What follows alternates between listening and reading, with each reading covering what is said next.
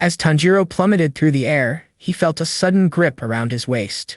Geiyu had caught him, effortlessly tossing him onto a nearby platform, where he landed safely.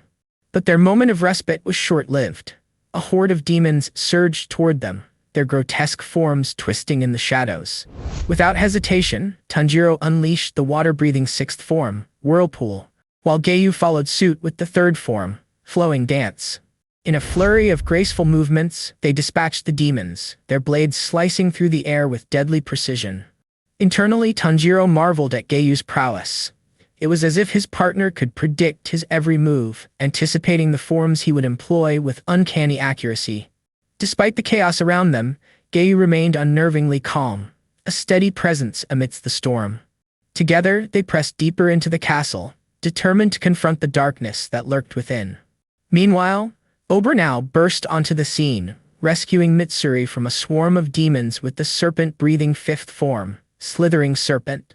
Mitsuri's exuberant gratitude lit up the grim atmosphere, her spirit unyielding even in the face of danger. Elsewhere in the castle, Gyome and Muchiro fought their way through the throngs of demons, their blades carving a path of destruction. They noted with grim realization that the demons they faced were all roughly the strength of a lower moon, a clear indication that Muzan intended to wear them down. As they fought, memories of Kagaya Ubuyashiki flooded Muchiro's mind. He recalled the time he had been on the brink of death, only to be encouraged by Kagaya's fatherly words to keep fighting. Rage simmered within him as he thought of Muzan, the monster who had taken his twin and his second father. Gyome, usually the embodiment of calm, felt a surge of fury as well, both men united in their desire to drag Muzan to hell. In another part of the castle, Tsunemi wrestled with his own demons, both literal and metaphorical. He lamented his inability to protect Kagaya, but when demons appeared before him, he unleashed his fury, swiftly slaughtering them with a ferocity that left no room for doubt. Inosuke, ever the thrill-seeker, tumbled into the Infinity Castle, his heart racing with excitement at the prospect of testing his skills against the multitude of demons. Nearby, Zenitsu sensed something ominous, a presence that sent chills down his spine. He called out, convinced that a certain someone was near, someone he deemed unforgivable. Shinobu, with her keen senses, caught the scent of blood wafting through the air. Curiosity piqued. She opened a nearby door, revealing a horrific scene. A room filled with the corpses of women and a demon standing amidst the carnage. Memories of her sister, Kanae Kocho, flooded her mind, bringing tears to her eyes. She recalled Kanae's gentle voice urging her to abandon the Demon Slayer Corps, to seek a normal life and grow old with happiness. Desperation clawed at Shinobu as she confronted the demon, pleading for answers about the creature that had shattered her sister's dreams. But the flashback faded, replaced by the grim reality before her. The demon, with blood splattered across his face, grinned wickedly as he devoured his victims, surrounded by the lifeless bodies of women. He removed his crown, introducing himself as Doma. Shinobu's heart raced as she remembered her sister's warning. Doma would laugh carefreely, his voice soft yet chilling. One of Doma's victims reached out in a final plea for help, but the demon silenced her with a cruel command. Just as the victim attempted to respond to Shinobu's gentle inquiry, Doma struck, ending her life in an instant. Doma's smile widened as he casually instructed Shinobu to leave the body behind, claiming he would savor it later.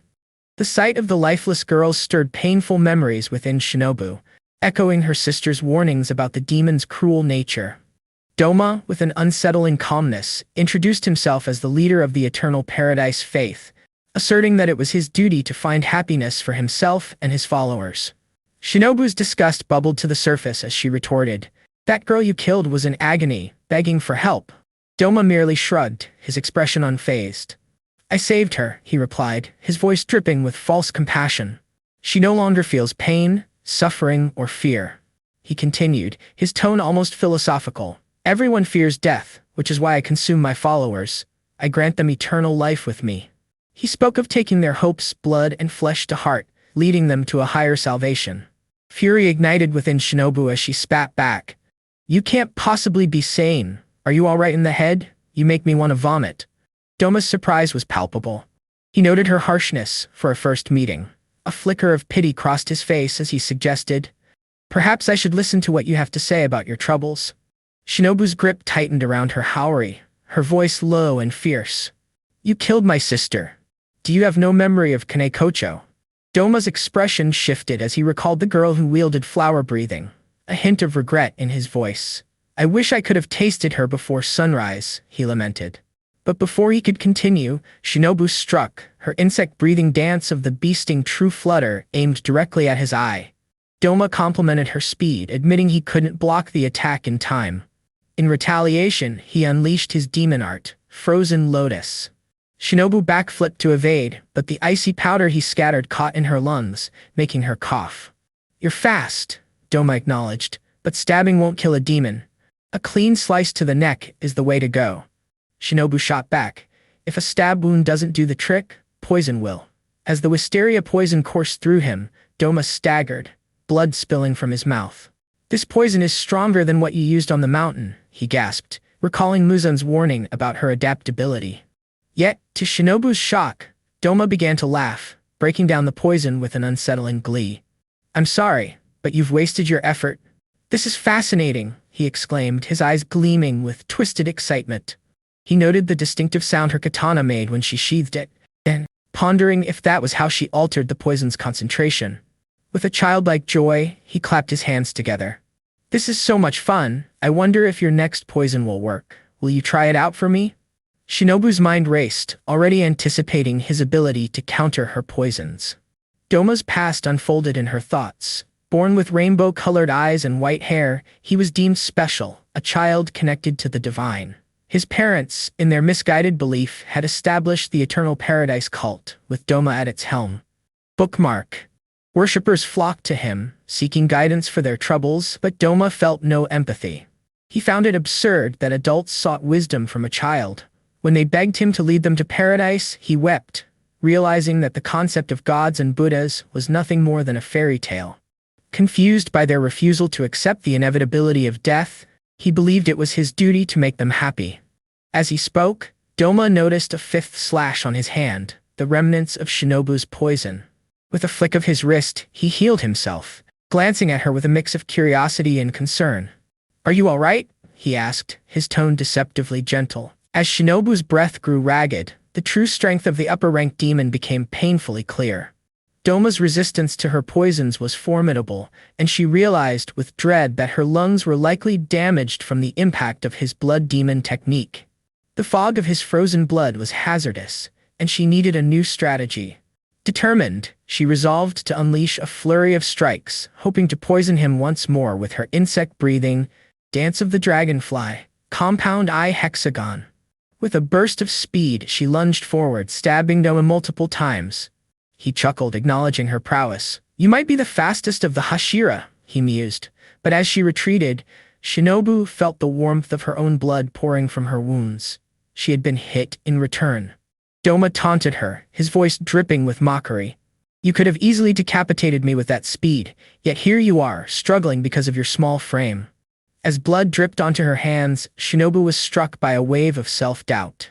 She remembered how small she had always been, lamenting her stunted growth. If only she had been taller, she thought. Perhaps she could have fought demons the traditional way. Her mind drifted to Kanae, who had faced Doma despite her own delicate stature. In her final moments, Kanae had warned Shinobu that she might not win against him. Suddenly, the spirit of her sister appeared before her, urging her to stand strong. You can't give up now, Kanae insisted, her voice echoing in Shinobu's mind. But Shinobu felt the weight of her injuries. With her left lung shredded by Doma's fog, breathing was a struggle. I can't, she gasped, feeling the life ebbing from her. Yet Kanae's spirit remained resolute, declaring that victory was possible with the right resolve, no matter the sacrifice. She reminded Shinobu of their promise to protect others, to prevent anyone from suffering the same fate they had endured. Crouching low, Shinobu felt a surge of determination. Doma approached, noting the half-hearted nature of his attack, but relishing in her pain. You should just give up, he taunted. You're beyond saving. But Shinobu took her stance, channeling her anger and grief into her next move. With a fierce resolve, she unleashed her insect-breathing, Dance of the Centipede, 100-legged zigzag. She sped toward Doma, her movements a blur. The force of her feet shattered the bridge beneath her, leaving Doma momentarily stunned. He attempted to counter, but his reflexes were too slow. As he swung at her, she ducked and launched herself into the air, driving her sword through Doma's neck. The impact forced his body into the ceiling, and with one final thrust, she remembered her childhood dreams of happiness. Dreams that had been shattered the day a demon invaded her home and took her parents from her. In that moment, she recalled how Jome had come to their rescue, swiftly defeating the demon that had left them orphaned.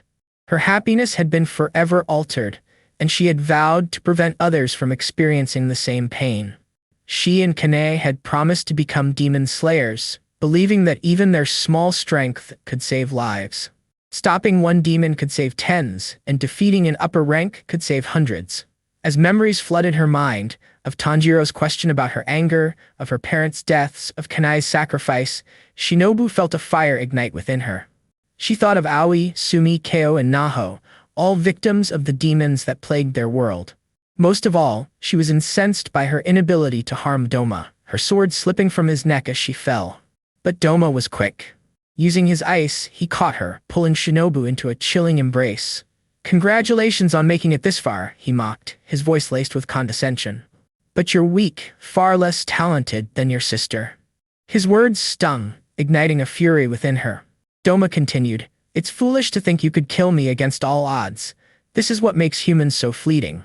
With a sinister grin, he declared, "You are finally worthy of being eaten by me."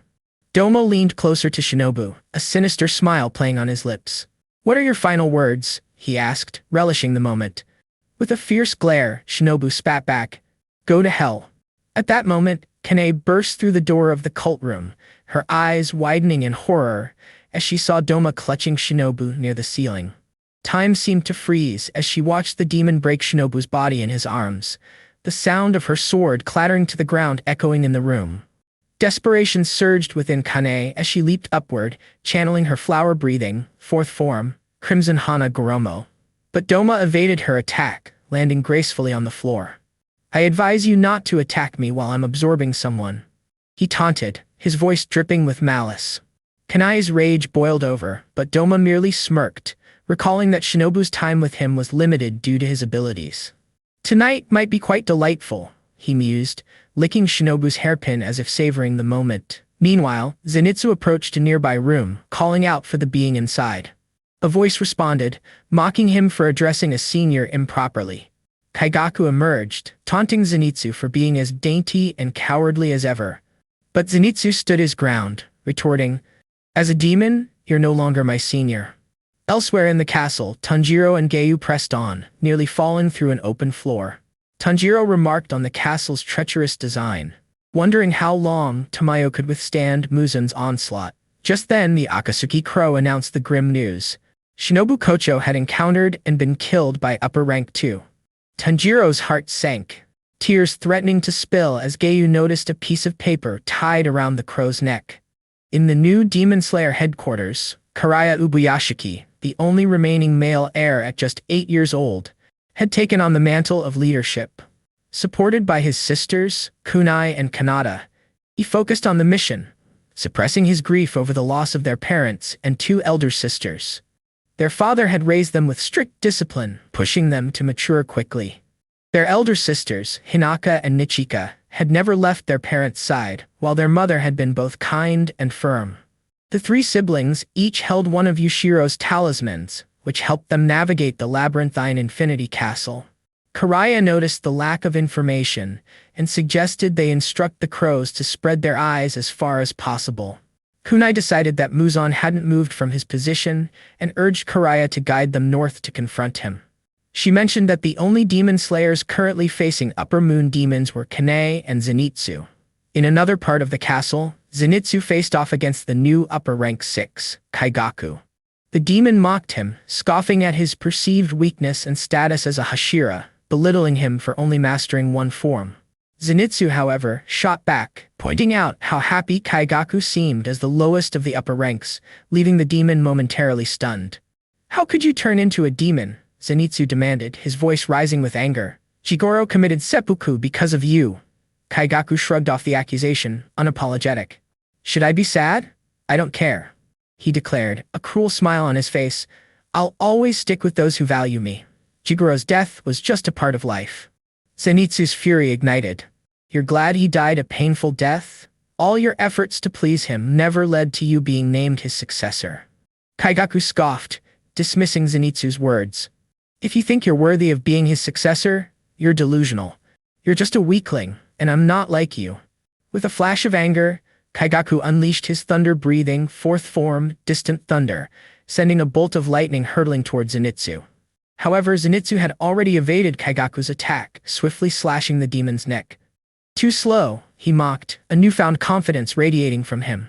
Kaigaku stood stunned, grappling with the realization that his opponent seemed like a completely different person.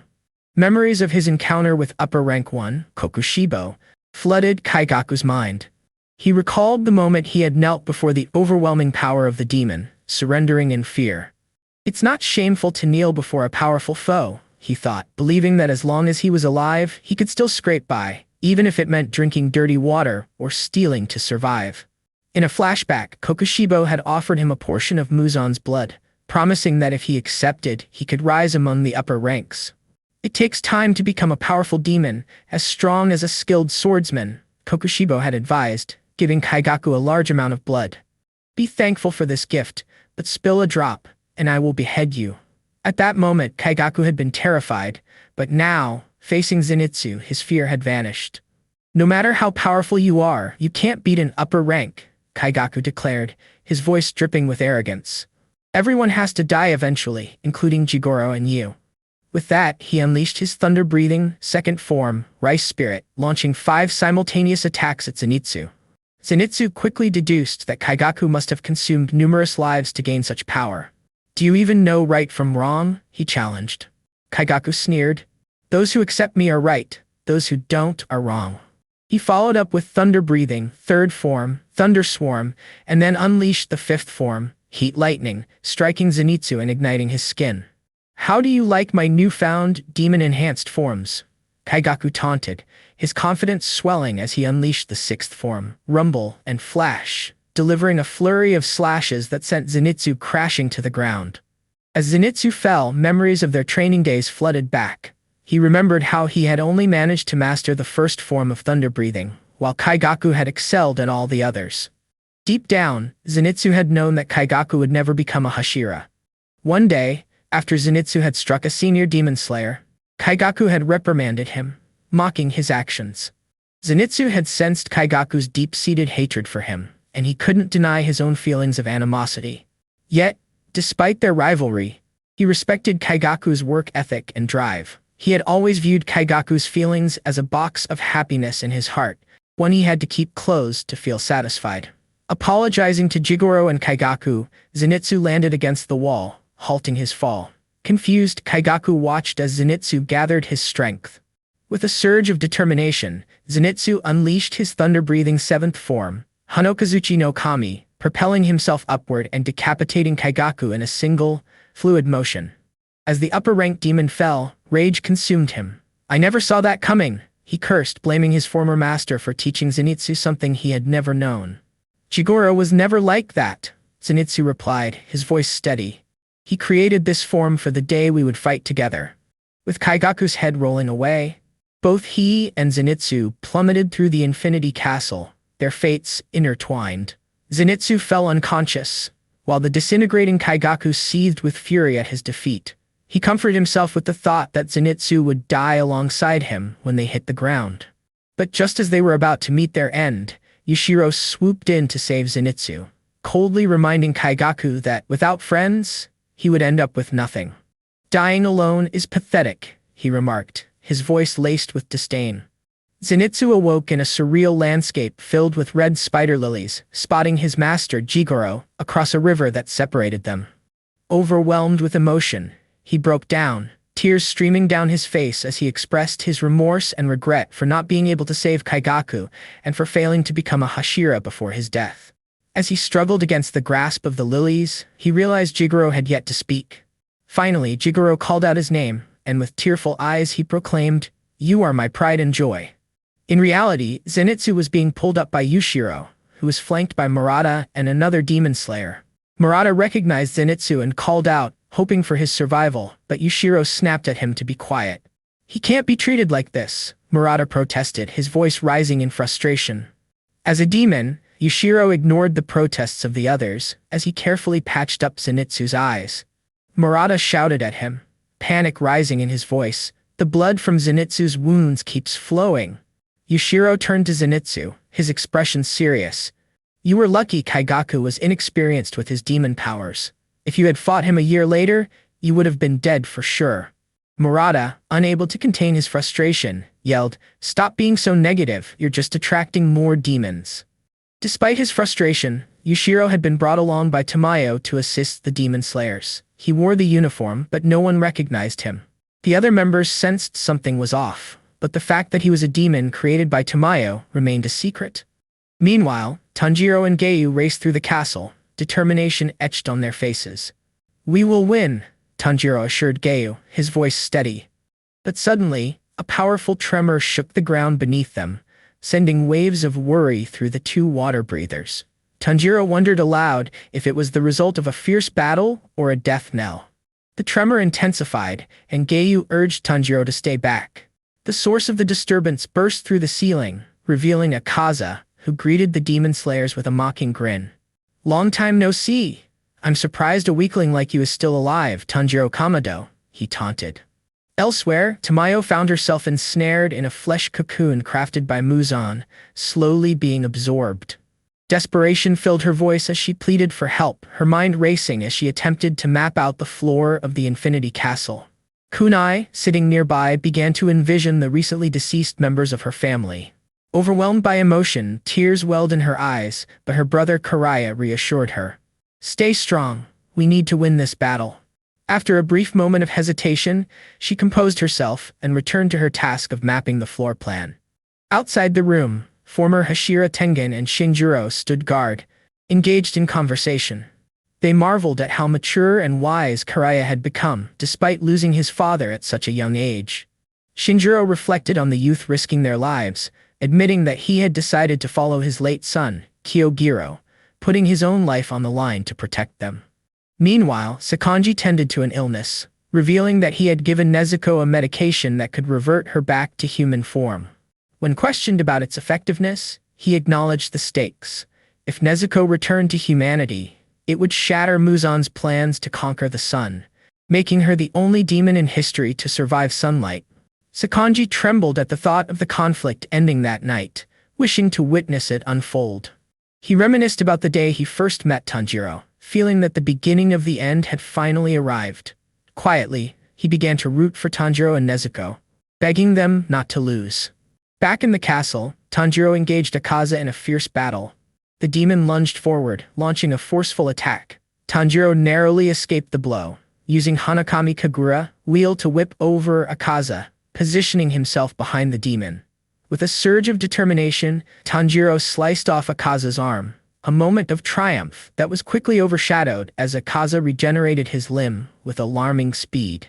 Tanjiro narrowly avoided Akaza's attack, using Hinokami Kagura fake rainbow to slice across the demon's face. Akaza stared in stunned disbelief as the cut began to regenerate, his expression shifting from shock to intrigue. Geiyu watched in amazement, recognizing Tanjiro's techniques as being on par with those of a Hashira. Memories of their first meeting on that snowy day flooded his mind, reminding him of how he had begged for his sister's life. Now, Tanjiro fought with a strength that allowed him to stand tall, unyielding. Akaza recalled the final words spoken to him by Kyojuro Rengoku. This boy isn't weak. Do not insult him. A newfound respect for Tanjiro blossomed within him as he prepared to engage in a serious fight. As the battle escalated, Geiyu utilized water breathing, third form, flowing dance, skillfully maneuvering around Akaza. The demon recognized him as the water Hashira, remarking that it had been 50 years since he last faced a Hashira who wielded water breathing. In response, Akaza unleashed his destructive death disorder, disrupting Geiyu's movements and forcing him to counter with water breathing, 11th form, dead calm, successfully negating the attack. The last water Hashira I faced never used such a form, Akaza noted. His interest peaked. Just then, Tanjiro appeared from behind, executing Hanokami Kagura, Raging Sun, in an attempt to slash at Akaza's neck. But the blow missed, and the demon reappeared behind Tanjiro, poised to deliver a devastating punch. Tanjiro barely dodged, using Hanokami Kagura, Fake Rainbow, to evade the strike, but Geiyu intervened, slicing off Akaza's arm with water-breathing second form, Water Wheel. The demon's arm regenerated almost instantly, and Geiyu pressed the attack, followed closely by Tanjiro, who unleashed Hanokami Kagura, Flame Dance. Akaza, anticipating the strike, executed his leg-type Crouch Splitter, knocking the Demon Slayers back. Tanjiro attempted to parry with his blade, but Akaza's leg caught him on the nose, causing blood to pour from the wound. Crouching down to absorb the pain, Tanjiro left Geiyu to face Akaza alone. "Your sword is impressive," Akaza complimented, his tone deceptively casual. "What's your name?" Geiyu, refusing to engage, replied, "I have no name to give you. I hate talking, so don't bother." Akaza, undeterred, grinned. "I'll keep asking until you give in." He then unleashed his leg-type Explosive Flurry, striking Geiyu's blade handle and sending him crashing through several walls. Tanjiro witnessed the impact and called out to Geiyu, but Akaza appeared beside him, excitement gleaming in his eyes now that he knew his opponent's name. The two swung at each other, Tanjiro using Hinokami Kagura, Burning Bone, Summer Sun, while Akaza retaliated with Destructive Death, 8-layered Demon Core. The clash sent shockwaves through the area, but Akaza emerged unscathed, while Tanjiro was forced back, slamming into a wall. "You've trained hard in such a short time?" Akaza praised, recalling the day of their battle with Kyojuro Rengoku. "Back then, you were just a weakling lying down. Now, I see your growth in battle and it excites me." Akaza expressed gratitude for Kyojuro's death, believing it had pushed him to become stronger. "You're foolish to cling to your humanity," he taunted. Tanjiro's anger flared at the demon's words, memories of Kyojuro and Shinjuro flooding his mind. "Stop insulting the former Flame Hashira," he shouted, his voice filled with rage. Akaza, confused, retorted, "I'm praising them." But Tanjiro countered, "You're insulting Kyojuro and hating anyone who faces you." "You misunderstand. I hate the weak, not the strong." Akaza insisted that the laws of nature dictated the weak must be eliminated. Tanjiro shot back, "You are the product of your wrong views. You were once weak too and you became powerful. The strong protect the weak, and in turn, the weak grow stronger to help those even weaker than themselves. That is the true law of nature." He declared Akaza's beliefs unforgivable, vowing not to let him act as he pleased.